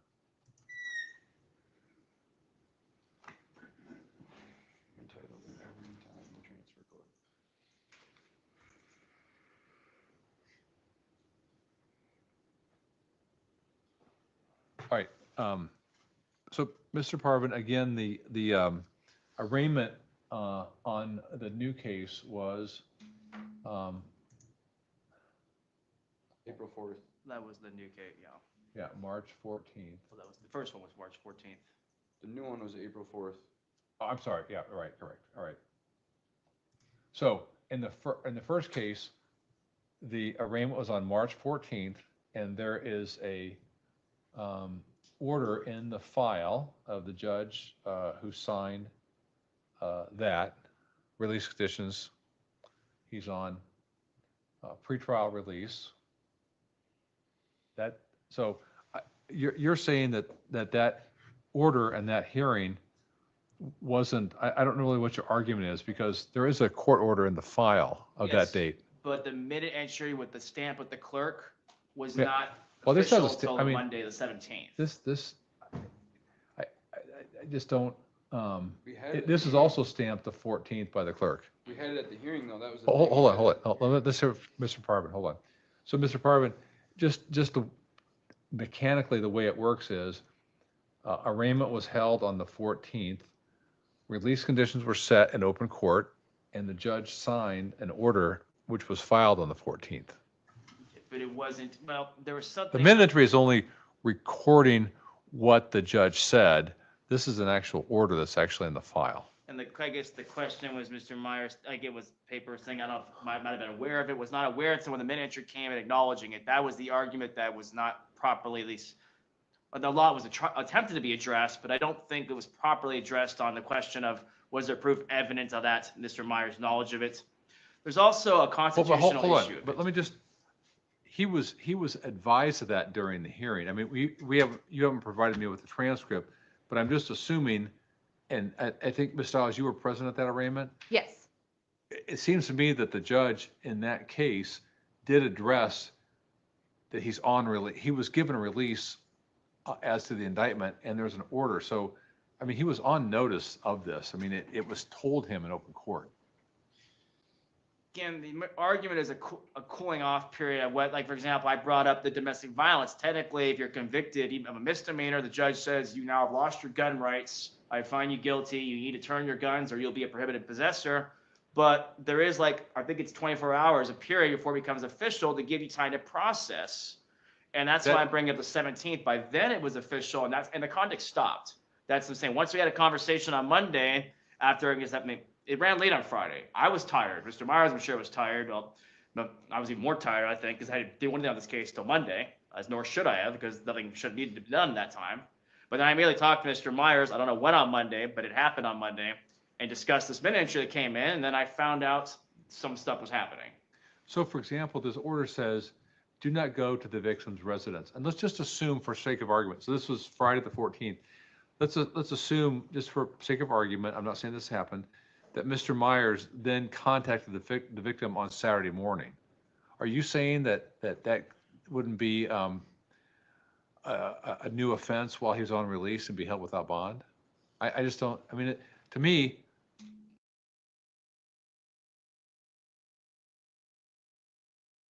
Well, he's for trial, and he's out in the community, but with the restriction that he can't commit any new offenses. And he commits a new offense just driving home that night. Let's say it was a DUI case. And Yeah, if he's- I got it, I'd be out on bond if I got a hold on. DUI. No, not necessarily in that case. If I could Hold on. assault somebody, I could be out Let on me bond. explain that. Okay. So yes, I mean, in the sense that if there were a direct crime there, it's obvious. The problem here is Mr. Myers, and again, I'm going back to constitutional arguments of what the trial would be, legitimately believed he had a right to defend himself and talk about that he believes the charge unfair. He didn't believe he's committing any felonies, and he strongly believes that, and that's going to be a problem for this jury about defining the statute, as we've already discussed. But it wasn't going out there and committing a DUI or contacting the victim directly, something obvious. And then It what would be happened violating was the the injunction. release conditions were a little tricky to understand. There was a lot of debate. It was very heated on Friday. I'm trying to see exactly what you're getting. Remember, you get a piece of paper. We knew not to contact the victim directly, but I there was didn't. discussion. I know you didn't. There was some question about what was and was not They permitted. charged me because they said I violated the injunction. That's Hold not on, a I'm felony. gonna try to explain. So Mr. Myers, don't talk. the This is problem Mr. Myers. was the cooling off period ended on Monday. It was a weekend. Now, in your example, if the next business day, if this were a Thursday, then Friday would have been discussed. The minute you've been in, and then have been official. So the only reason there was a couple of days is it was a weekend, and on Monday is when this was addressed. And as I made in the argument before, the conduct stopped, which means that proves Mr. Myers was aware this was official and stopped doing what he was doing at that point. Let me ask this, Mr. Parvin. So the standard release conditions on his March 14th order says violate no federal, state, or local law. So that's in hold on, that's in the statement of conditions of release. The minute entry would not have said that itself. The minute entry only says he's granted release with these conditions. It doesn't go through the standard conditions. He's alleged that he violated a standard condition, that he violate no state law. Okay, and I still think the better argument was that it was official Monday, or at least a good argument. Now I'm starting to think the better is the other way around, is we'd also like to address, because it did transfer courts, I want to again say there's a comma. There are three, it's not one sentence, it's three specific scenarios. We also would like a chance to argue at a rehearing of why there was not proof evident of these last two felonies. It's not just about it. I mean, I thought at the time, and I still believe I was correct in thinking that, given the situation on short notice, the best argument to focus more on was that a pretrial release was not official. Now that I've looked into the evidence more, I'm realizing, the better argument is that no felony even occurred, and he's entitled to a rehearing that as well. As the court acknowledges, people make that request all the time. Why is this any different? I also made a constitutional argument, if you look at my reply, is yes, the Supreme Court, they can't really indicate Bricknell, whatever, there was a Supreme Court decision saying that upholding the denial of bail, saying it wasn't unconstitutional statute on the whole. But what it didn't say, it was that each individual couldn't come in and make a constitutional challenge. So that's why we want a hearing as well. And I would bring up the problems at the jail where he's deprived of the law library, they're monitoring it. This is a very unique situation. Mr. Myers needs people to help because advice on challenging the statute, it's different than any other crime. Let's have a hearing Hold to on, talk about Mr. that. Myers, I'm getting there. There's a lot of arguments I raised in addition to this first one. I just want to address all arguments. The other thing that I'd like to address at the rehearing is the facts now is, and I'm going to talk to Mr. Myers about it. This court is a lower court. The court feels it's bound by the Brown despite the change in statutes. And I understand the court's side as a reasoning believes that's still binding law and it's our duty to then go to them and have the Court of Appeals change it. Mm-hmm. But I hope the court at least, and I think the court does, because you're asking questions of everyone, understands the dilemma here. Part of the argument I'm going to make for bail here is this situation is much better decided before trial on a special action rather than hashing this out on what is going to be the messiest of trials. And we have again, I'm going to request jury instructions. The state's going to object. I have no idea what the court's going to allow or not at that point. If the court grants release conditions, and it can be extremely stringent, and I'm going to make that argument, a constitutional argument, what we can do then, we can postpone this trial, and we can then out of custody, so Mr. Myers is not prejudiced, special action, the court's decision, and let's see what the Court of Appeals thinks. They can revisit their own decision on this new statute. That's fair. Well, I'll tell you what would not be fair, Your Honor, is for the court to say we have to go to trial under this, what we believe be unconstitutional, and it may be. We don't know how the next court's going to rule. And now he sits in prison or sits in jail while it takes me 60, 90, maybe 120 days to get an appeal done. I'm going to get help. There's already organizations contacting me. They want to be part of this appeal based on the First Amendment issue. And I need time. I need a couple months, a few months even. This is going to be it's going to be an epic published appeal, Your Honor. I think the court believes that to be the case as well. And Mr. Myers should not be in jail or in prison or in custody battling out whether this statute is unconstitutional. And I'll be making that argument at the hearing, but I'm just saying all the reasons why I'm going to bring up that there is a second part of what the court believes is fairness, a constitutional grounds of granting bail based on facts. And that's what we're saying. Now, if the court... Hold on. So Judge Miller looked at the evidence that the state had presented as to the new charges. And what I don't hear you saying is that that's going to change. So it would, hold on, it would just me being the second guessing Judge Miller, which to me doesn't, I don't think what the statutes or the rules directed at. It says you can have a new evidentiary hearing. Hold on, new facts, something that wasn't already considered. You see what I mean? I don't want to I don't want to check her work basically, because I'm not an appellate judge. And I understand. You're talking in circles, Mr. man. Myers, no. Can I speak, please? No, I want to hear from Mr. Parvin. Why can't I speak? Because it's his motion that says to the new case. And I want to hear from him. This is a very technical point. I know, and it's just talking in circles. It says you have, it says if it's transferred to a new court, you can get a hearing, and the court can order a new evidentiary hearing and you can find proof evident or not. It's clear, it's black and white. I'm reading the rule different than you are. Go ahead, Mr. Parvin. Yes, and that's an interesting point. I think it's similar to having how you have 12-person jury. People might have different opinions on the evidence. And I think we were in a rush there because we had to have the bond hearing immediately. And yes, Judge Miller did find proof evident based on what she interpreted the statute to be. I would hope this court might have a different interpretation of what knowingly means. And this is my concern of the statute in general. I don't know what Judge Miller's definition of that statute was. I don't. It's too hard to figure out. I don't know what this court's definition of what knowingly acts. For all I know, Judge Miller might have agreed with my interpretation of how the statute reads that you're guilty even if you knowingly act. Sounds like this court disagrees and thinks it will give me a jury instruction, but I don't know. I don't know what Judge Miller thought. That's a problem. We'd have to have a hearing on the evidence there. I'm not saying you need to overrule Judge Miller. I'm saying maybe there would be a different opinion on the facts. But really, what I'm saying, I'm focusing now more on this. That's why I like the conversation. Some of the things come up is the big issue is we need to get to appeal on this issue. And I think the court agrees. So I appreciate the court not wanting to overrule Brown because they're not, but Mr. Myers should not be in custody while that's battled out. We should be given a chance, constitutional on this argument. We've made a very powerful case. I think the court acknowledges we've made a powerful argument. This should be fought out on a special action, and I think the Court of Appeals definitely will take this one, Your Honor, as a first impression.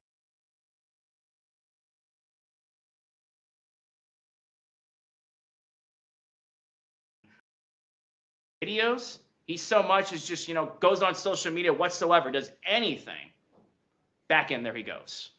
I think that'd be fair. Ms. Stiles, it's a hard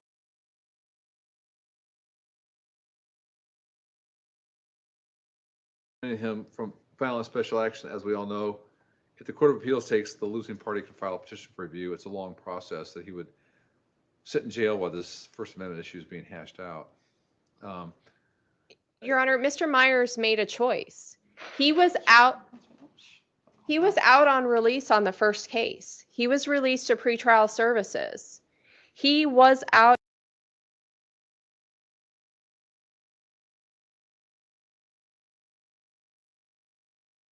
what he did is he goes home, and then within that weekend, he goes and he does the same conduct again. He keeps doing it. So he doesn't get to just keep violating the law while he's on Allegedly. release and get to be out in the community. That's what this law is designed to do. Is the Constitution has, if you commit a new felony while on, there's a standard given to the state in order to be able to prove that. The state put on the evidence. It's the same evidence that would be presented if the court kept having the hearing over and over again. It's the exact same evidence. What the defense is asking for is just for this court to basically just review Judge Miller's work and then say whether they agree with her or not, and that's not Is it appropriate. your position that there's no wiggle room at all if you commit an offense and the state can prove it, but at this bail hearing, then the judge has no discretion that they must hold them. They even say, hey, I believe the state's case, but I think that there are release conditions that could protect the community. Even if the judge finds that, are you saying that the judge could not release the person no matter what? Correct. No, So that's under the Arizona Constitution that states that. And then even under Rule 7.4, and talking about the procedure, it talks about if the court, so it's under E, if the court makes the findings required under 7.2 B1 or B2 to deny bail, the court must order the defendant held without bail until further order. It doesn't give a discretion. It's a must. Not forever. Calm down. I'm gonna get an opportunity to speak How could there be a next. further Calm order? down. I have an opportunity to speak next. Mr. Myers, just let her talk. She's just citing a statute, okay? Just a So rule. why don't we just go to sentencing? No, calm down. That's I mean, Yeah. I'm guilty of a No, no, felony, no, they're no, saying. no. They're saying I've been found Mr. guilty of a Myers. felony Mr. while on Myers. release, so let's just go to I sentencing. think we're gonna get some concessions. But we're gonna, so just let her talk. And then, Your Honor, under Rule 7.2, under right to release, when you go under B, it talks about before conviction, defendants charged with an offense not eligible for bail. And so it talks about under B1, it says not eligible based on commission of a specified felony or any felony while on pretrial release. What It's- rule are you reading from? So this is Rule 7.2, and this is under B, and I was reading from B1. Okay, hold on, let me get there. B1, okay. It says, and then it says a defendant must not be released if the court finds the proof is evident or the presumption great that the defendant committed. And under B, any felony offense while the defendant was on pretrial release for a separate felony charge. Okay. So there's no discretion. It is, Not the true. law requires that he be held So without. must is required. Okay. Yes. Yeah, Mr. Parvin, Mr. Myers, just let Mr. Parvin argue. We're just talking about what the meaning of the words of these rules are. So, hold on. No, I know we're gonna get there. So, the state's not correct. I mean, so the state is correct on the statutes.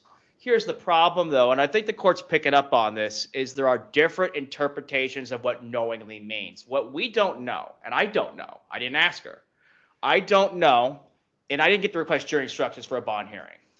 I don't know if Judge Miller thought that my interpretation is correct, because I believe, if you ask me, so, you can get mad at, I mean, other people listening get mad at me all want.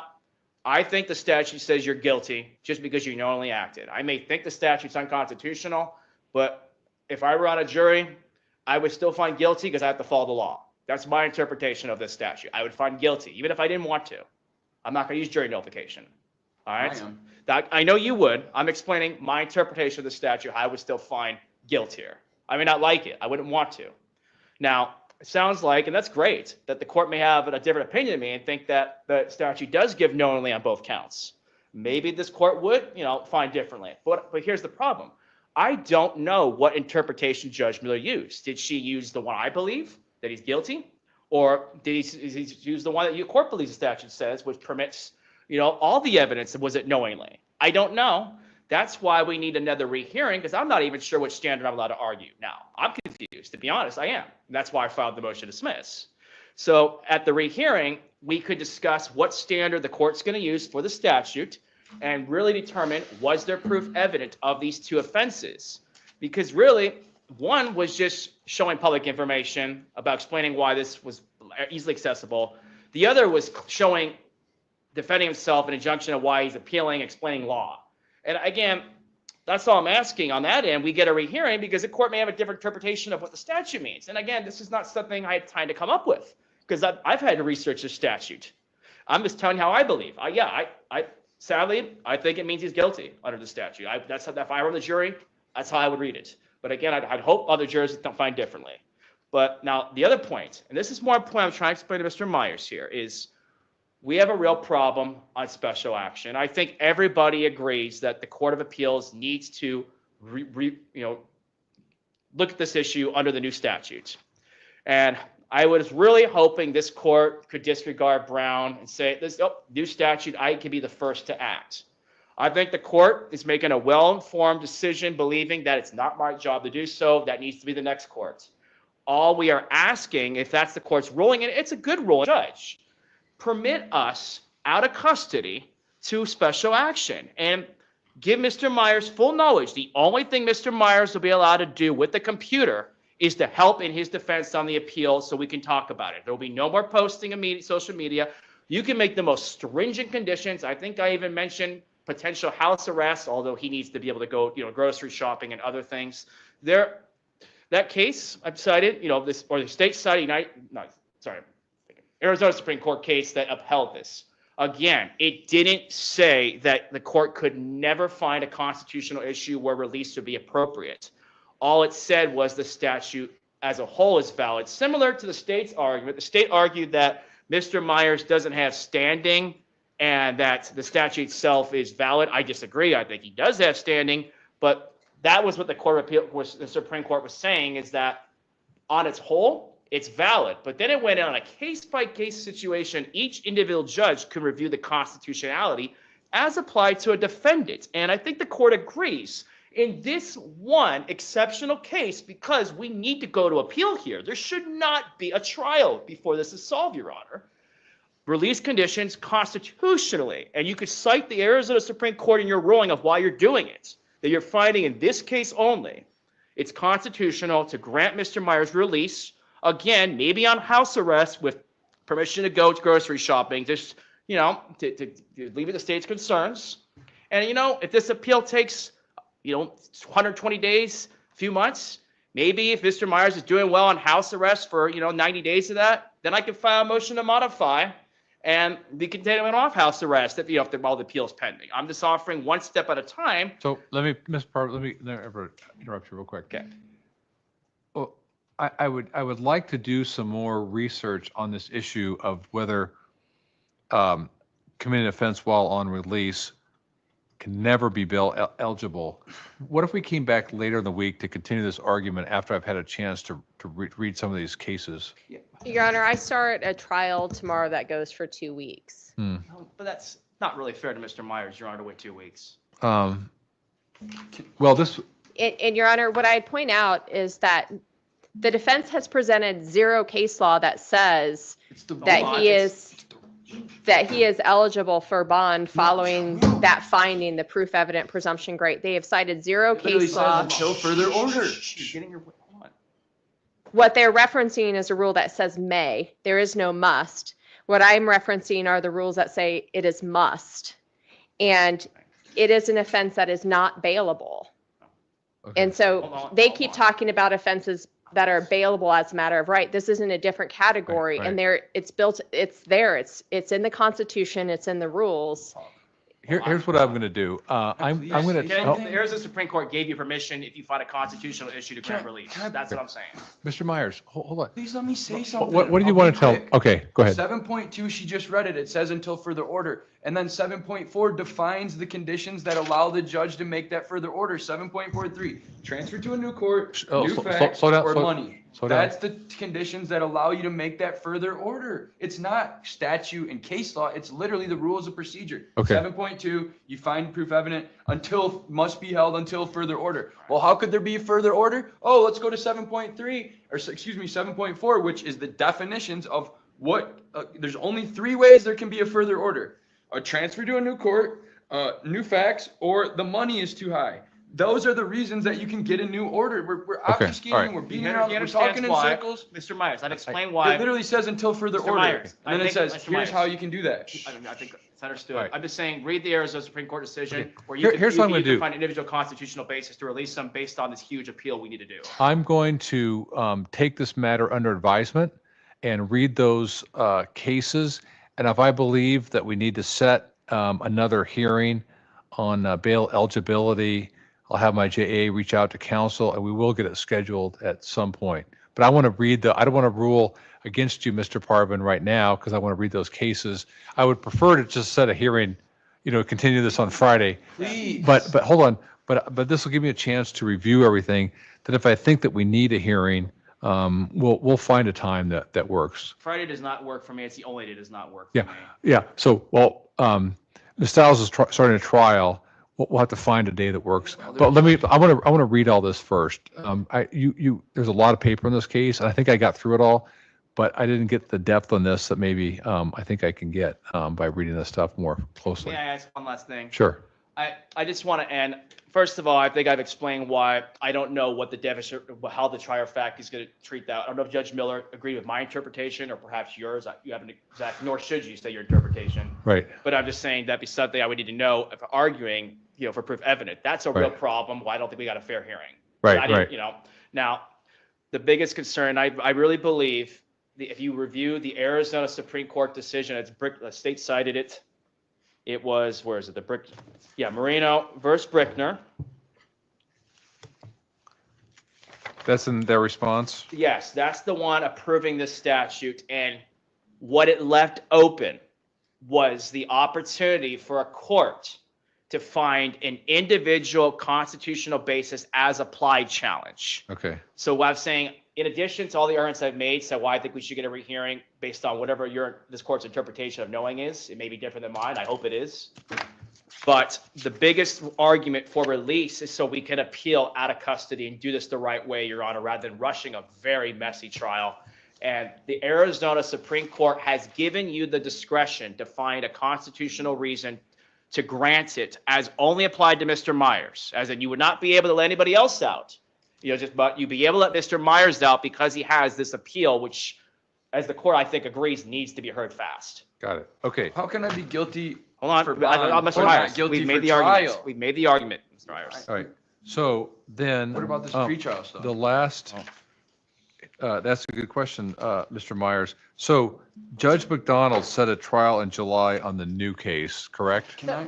So, Your Honor, he did not. Oh. And Did, July. On this case, he did, because I agreed to it. Mr. July Myers did not 21st. agree to his. But, okay, hold on. Yeah, on the new so case. we were trying to get the trial set, and then there were all these objections to Don't talk. trial being set. And so I don't think anything's happened. Said it. Okay. I saw a minute entry though. Said July 21st. Hold on. Literally said July 21st, and then he okay. said we could always move it up. Okay, hold on. So in the hearing on the 15th,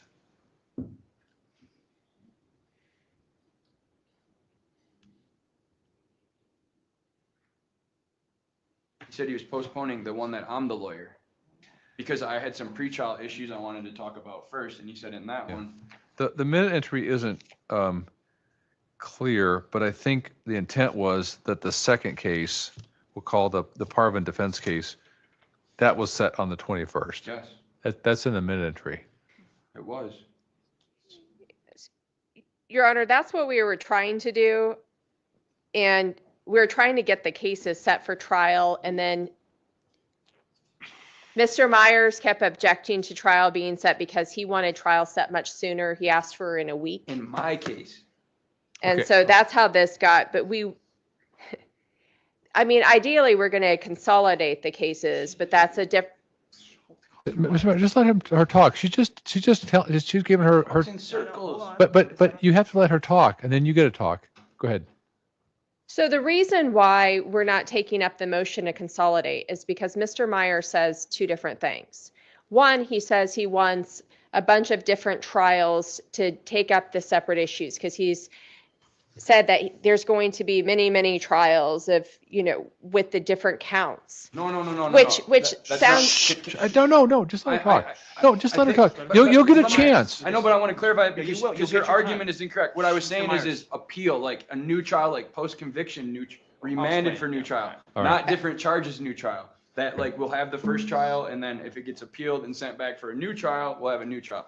Okay, all Not right. severance. So have you filed the motion to consolidate, yes? I have not, so we are dealing with an issue where we've got Mr. Myers is representing himself on one, Mr. Parvin on the other. And then the motion to consolidate is dealing with both those things. I want to make sure, one, that he understands what that all entails, a motion to consolidate. I'm about to do that in 5 minutes when she's done talking. Okay, all right, hold on. Go ahead. So that was the issue, is because I've heard different things coming from him. So I want to make sure he understands, because sometimes the language he's using suggests that he's wanting a motion to sever counts. No. And then another thing says he's wanting to Okay. join them. And that's why there's some confusion there. And then also when we were in that hearing to set trial, then it was getting separated out, like, he wanted them separate and one needed to happen before the other. And so I think Judge McDonald, he was just coming in to set a trial, and then there were a lot more issues going on than he was necessarily prepared or informed to be able to deal with. Okay, let me ask Mr. Myers, in the second case, the newer case, are you going to ask to represent yourself? Well, we wanted to see what happened with the motion today, right? Obviously, so our plan was hear this motion, right? Mr. Parvin filed a great motion. We're going to see what you rule, right? And then we got to have, put our heads together, like, okay, are we going to appeal? It's like, if you grant it, obviously the case, dismissed, whatever, right? Right. And so then it's like, we don't need to have a Feretta. We don't need to set a trial because there's no trial because the case got dismissed. And so that's kind of like why we were waiting, trying to get this settled as fast as possible, the motion for that, right? And then now so then it was like, well, what's that leave us? That leaves us with the remand, right? Which please grant an extension on that one too. On both cases, Yeah, yes. and so then it's like, okay, what's our next strategy, right? Okay, do we want to do the remand or the special action? But based on this, we're going to do the special action. So it's like, okay, my thing is basically, once we get, like, I know you said that, right? Because I take what you say serious. You said, we're not going to go back and forth. He is my lawyer. He's not, you know what I mean? What I'm saying is obviously I can't do the special action from jail, right? So that's, we're hopefully going to address that. But, now that adds another thing in, like, okay, well, today, we were going to, if hopefully you get dismissed, then now it sounds like we're going to do special action. So I'm going to have to keep him on a little bit longer. But then it's like, okay, that'll continue the trial date. You know what I'm saying? I'm willing to waive the speedy for that, right? Now, if then he would still be on there, right? And then once we would have come back, the special action would get ruled on. It would either, granted, the firm send back, you get what I'm saying? Then we'll be back in here, right? And then so it's like at that point, then once he runs with the special action, then it's like, okay, well, what else is there to do? That's when I would take over, like, because you get what I'm trying to say is, like, I'm going to be the one that questions Shannon Walker under oath. I'm not giving that right up under any circumstance. So I've been waiting for that my whole life. And so that's going to happen. And so that's why I want them consolidated under 13.3C for judicial efficiency and interest of justice. And Rachel said at the couple of hearings ago when you were here, oh yeah, we want to do a consolidate. And I said I would stipulate to that. And then I heard it with my own ears. Last hearing with the Judge McDonald, the judge asked her, will you please do a motion to consolidate to help the court do, resources scheduling? And she said no. That was before the hearing. That was off the record 7 minutes before the hearing started. So for her to come in, this is what I'm saying, she talks in circles. Then she said, well, no, I didn't say nothing about sever. I said, if I don't get the right to represent myself, then it's going to be a new trial for failure to, like, ineffective, remanded back. That when I said get through the first trial, it's so that if post-trial, post-conviction sends it back for a new trial, or there's an order under 20 or whatever the rule, for new trial, by you, that you get what I'm saying.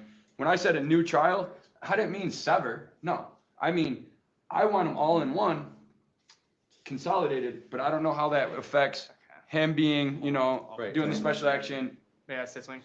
So it seems to me that I don't want to set a trial date to date where we have two separate trials, because it may be that everyone wants them consolidated. You want Mr. Parvin to continue to represent you to Right, do an for the appeal. special action, right? So maybe if we set the pretrial conference out for a while, and then maybe this you'll get to a point where you, But there is a July 21st already, right? there is, it's on the calendar. That's what I'm saying. So that's why, because that's what I brought up. I said, well, how can, it's hard to, under Rule 8, you can't just, you gotta have extenuating, you get what I'm saying? Under Rule 8, you can't just be like, all right, we're gonna, May I say something? but he Yeah. said that it can be brought sooner without violating I'm Rule going to 8. clarify the situation. All right. Your Honor, I can tell you my forte is motions and appeals. I enjoy doing it. I'm proud of my motions. I think it's going to be a great motion for appeal, and that's what I'm focused on. I think that's the heart of this issue.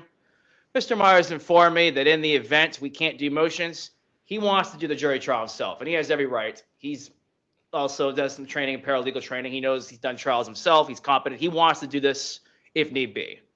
I don't want really a speedy trial. Mr. Myers does. But hold on, I'm not explaining. I want to focus on this. This needs to be handled by the Court of Appeals and the Arizona Supreme Court. But obviously, Mr. Free for All, I have no idea what's going to happen. But what do we have to lose?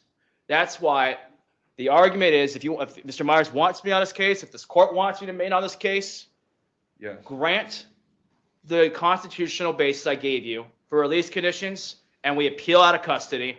And again, offer the most stringent conditions possible and warn Mr. Myers that if you mess up even one time, you're back in there pending the whole appeal. And that's the way I'm on the case. We'll do this without a mess at trial, without all these things you've heard. That's the fair thing to do, Your Honor. I will end with that.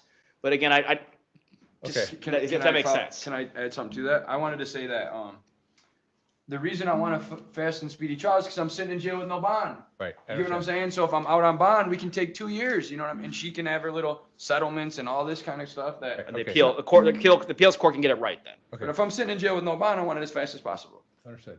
So let's reset this. How about,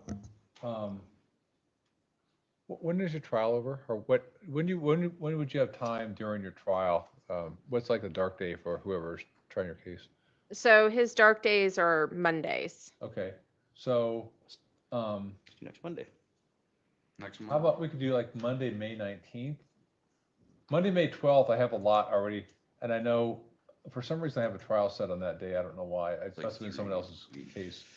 But the 19th, So I have, just to be clear, so it's this week and next week that I'm in trial. After that, I'd be open to other dates as well. So it doesn't have to That be. hampers me Hold from on. filing like the remand and stuff, because that's gonna exclude, like, Well, we're clarifying, you might, again, I'm gonna put all that stuff. we'll on. get a ruling on whether the court's going to consider my argument of why I can special action out of custody with Mr. Myers.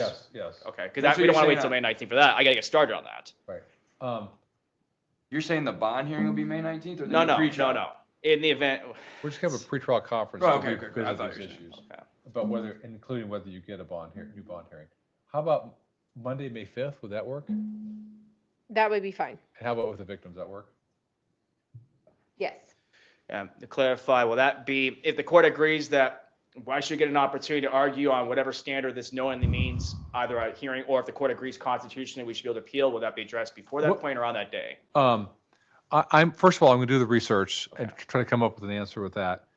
And on the 5th, we're gonna talk about the status of the case, whether to set two separate trials, whether to have a bond hearing. I just gonna have it kind of open-ended, based on the way things go.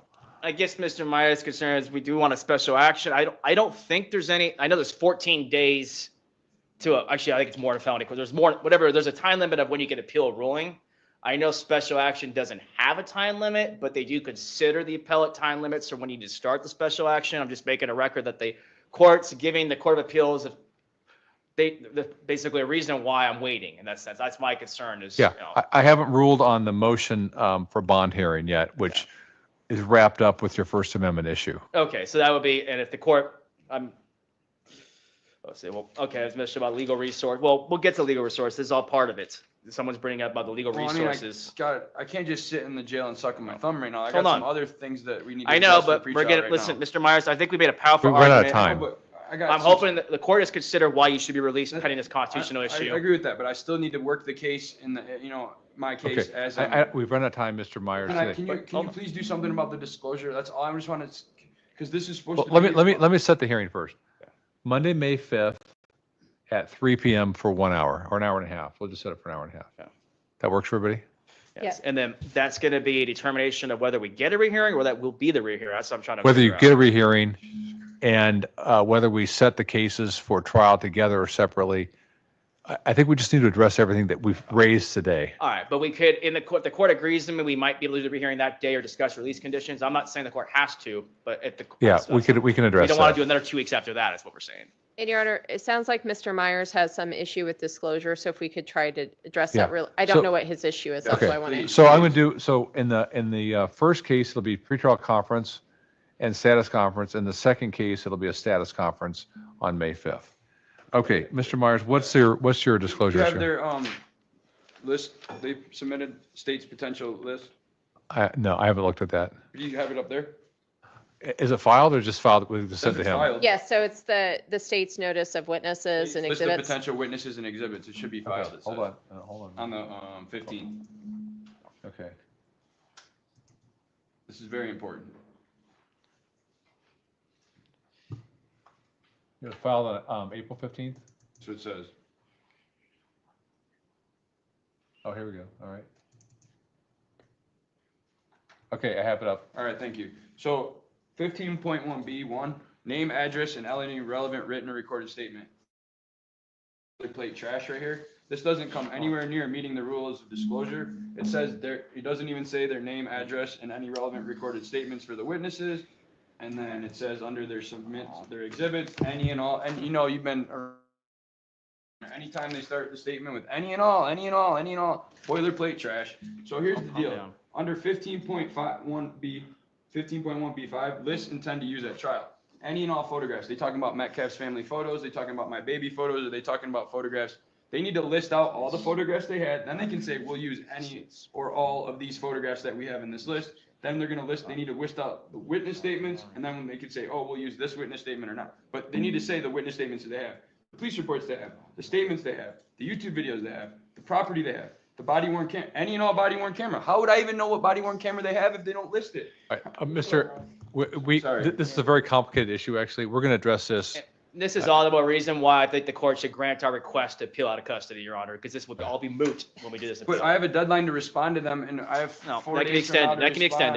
extended. Can you extend my rule, you know how I gotta respond within 10 days of theirs? Well, I feel like I'm gonna file a Brady motion in the next couple of days because I need this exculpatory evidence. Where's in number 8, where's Shannon's loyalty oath? Why haven't you given it to me yet? So that is not a motion that he has to respond to, so he No, it's doesn't a- have it's a a- Oh, time. hold on. I have to file Mr. mine Myers, within look, 10 days of them When you, filing Mr. theirs. Myers, he may agree you get out next time based on this issue, we can appeal. I Mr. still have Myers. to work the case. Hold on. We're going to address this on the 5th. I The can't, 15 stuff, the Rule 15 stuff? yeah, we can address the Rule 15 things on the 5th as well. Because I need to. We're running out of time, Mr. Myers. Fine, look. It's a complicated issue. It is. I can't resolve it I don't want today. you to get. Mr. Myers, I remember, understand. if we get appeal out of custody, you don't have to worry about this. And let me talk. Can you grant me an extension to file my Rule 15.2 B and C then? That's what I'm trying to say. I have to, I have 10 days to file mine when they filed it. So I have 10 days to respond to this with my list. And I'm saying that's 3 days from now. So what I'm saying is I either need an extension to file mine, or they could say, oh, you can't use any of that because you didn't file it in time. So, Your Honor, the state's Rule 15 initial disclosure was sent out with the initial discovery. This is just the further, because he asked for a more specific list, and so we sent him a more specific This is not list. specific. It's all the disclosure, we've sent him all the disclosure. He's already filed his 15-2, so he's not in violation. Okay, He sent me a 15-2, so he's not, Beginning, and I'm gonna amend what it. I can say is he's not in violation of anything. If for some reason there's some deadline, we would agree to extend it. So Yeah. he's not going to be in violation of anything. It's 10 days from theirs. And I need to join in that as well because I wasn't sure if he's a represent himself or not at a trial. If there's going to be a trial, I have not filed a separate 15-2, but it would be joining Mr. Myers 15-2. so noted. All right, So we'll you're see you gonna back update here this? on May 5th. Well, we got to get through, look, Off I the want to get through the record. appeal. This shit. I need their witness list.